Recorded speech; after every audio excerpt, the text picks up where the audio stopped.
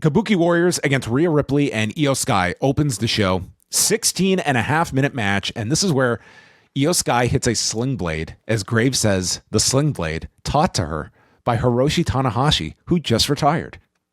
Is that true? Do they have a history? I don't know. Actually didn't realize. I don't know. I guess it's possible that, like, certainly they were living in Japan at the same time. Can I buy that they were in the same dojo together or had acquaintances that they trained together? Possible. Like, I can't deny that that's it. This link to Tanahashi I'd never heard before. So, nor have I.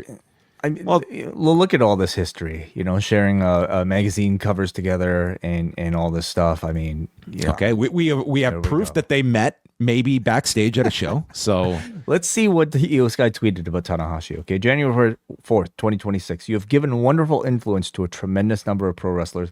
I am one of them. The title of It's Joe, bestowed upon me by Issei in an interview 11 years ago, is a lifelong treasure to me. So I guess he gave her a nickname many years ago. Okay, so there you go. Yeah. All right. Okay. So I could buy it. I'm not. I give the benefit of the doubt here. It was more or less interesting that much like when Sting retired, it did get a mention the next Raw. Yeah. No, they weren't about to mention it before the event. Much like AEW wasn't really going to promote Wrestle Kingdom before the event, but they come off like great people for bringing up the retirement and not contributing to the retirement. Mm-hmm. So Sky's got her back all injured from the weeks of attacks, and she gets hit with a double stomp, and Kairi goes for the Boston Crab. You know what she's been watching over the last couple of days, and she pulls back so far that she loses the grip on the Boston Crab, allowing Io out to tag Rhea. Rhea hits a razor's edge to Sane. There's a missile drop kick by Sky, but she stumbles around for the cover, only getting a 2, but the crowd, like, some of these WWE matches, like, I'm not even knocking it, but it's like, it's just a race to the near falls, and then it's without fail. Like, the crowd, that's what they're there for. They love their near falls, and it works. So I'm not going to knock it, but it just feels as though like these fans are just tapping their watch. It's like, when can we just watch the cool kickouts? And then that was Punk and Breaker. As soon as you got to that, crowd explodes. So it works. Yeah, I mean, I don't know if it's just because it's a market that probably, has seen a lot of wrestling, but they certainly recognize the pattern of a match and don't really see much value, or at least not enough reason to get on your feet and actually make noise for the early portions of the match. So there's a riptide to Sane. Asuka breaks it up. There's a code breaker onto Rhea for a 2 count, and then a double team insane elbow. Sky is in now for the save, and it ends with Sky and Asuka exchanging covers. Asuka is sent out, and they hit a riptide over the moonsault onto Asuka, and Rhea gets the pinfall in 16 minutes and 28 seconds. So much like last year's premiere on Netflix, Rhea Ripley winning a title, and her and Io Sky are the women's champions, and a good match that I thought they had. They got plenty of time here, 16.5 minutes, and the crowd was into it. And man, they love those near falls. I thought it was a very strong match. I mean, this is a show that, if you're trying to cater more towards a casual audience than your typical Raw, I think to lead off with this level of action with the crossover star power of a Rhea Ripley and just this incredible action provided by all 4 of them, I thought was a great choice. You gave a big title change here.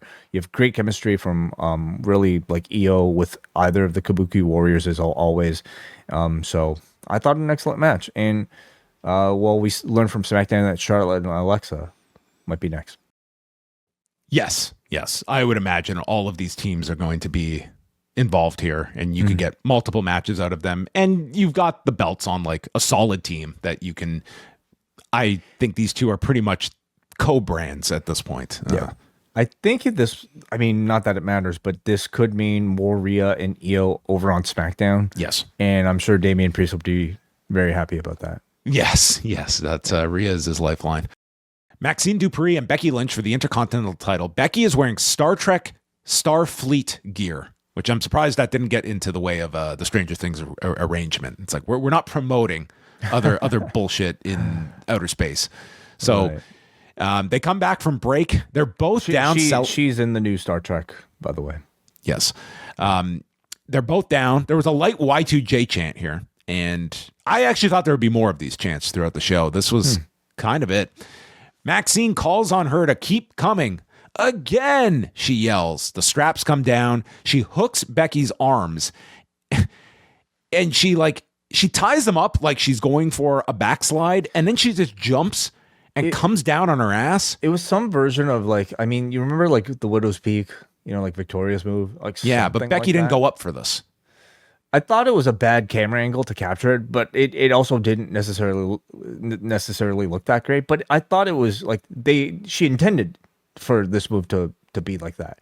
But Graves certainly gave it the or it was Graves or Cole who gave Graves. it the Not entirely sure what that was. Yeah, I kind of buried it all. So I mean, I'd have to relook at this because I rewound it and I did not know what the objective here was.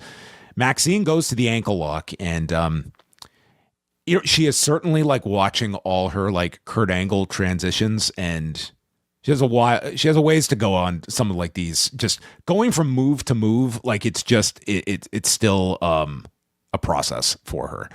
She gets lifted for a power bomb and then rolls off the shoulders into the ankle lock, and then with the ankle lock applied, Becky bridges on top while the ankle lock is still locked on, grabs the rope for leverage, pinning her in 11 minutes and 33 seconds. And that was it. They put the belt on Becky, and that was that.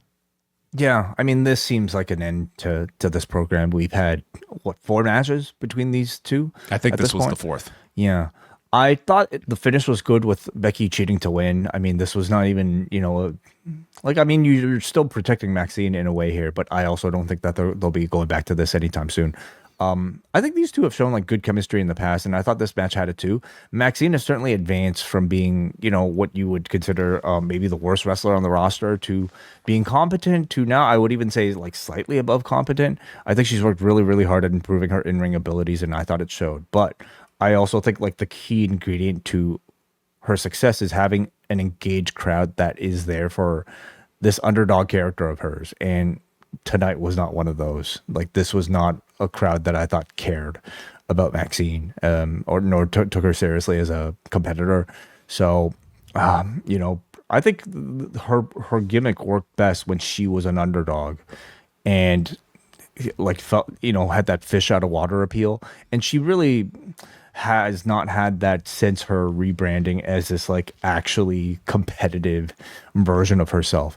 Of course, like I thought it was worthwhile to try, but I don't necessarily think it's connected. I don't think it, like, if the audience wants great wrestling, I mean, there are great wrestlers on this show, and I think the gulf between what Maxine is able to represent, as improved as she may be, to like an EOS guy is still way too far for, I think, the audience to really take her seriously for. So I think she has to be more than just a straightforward competitive wrestler to be a compelling character. So we'll see if they adjust her at all, or if they continue to send her back down the card. Like, I think she's an interesting case.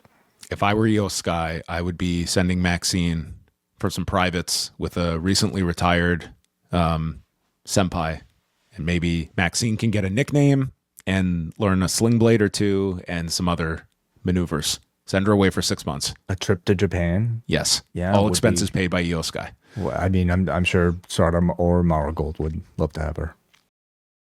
Throughout the month of January, you have the chance to lock in your subscription at the Post Wrestling Cafe for all of 2026 before the price increase takes effect February the 1st. Simply sign up before February 1st and you will lock in that price all year long. If that's not enough, this month we have the annual Best and Worst of show as we get together with the Poison Rana crew to look back at 2025. We're also doing live watch-alongs of the Royal Rumbles from 1990 and 1995 with Brandon from New Jersey, a retrospective on the Tanahashi-Okada rivalry, plus reaction to Wrestle Kingdom 20, a review of TNA's debut on AMC, and much more, including TNA Genesis, UFC 324. It's all found at postwrestlingcafe.com.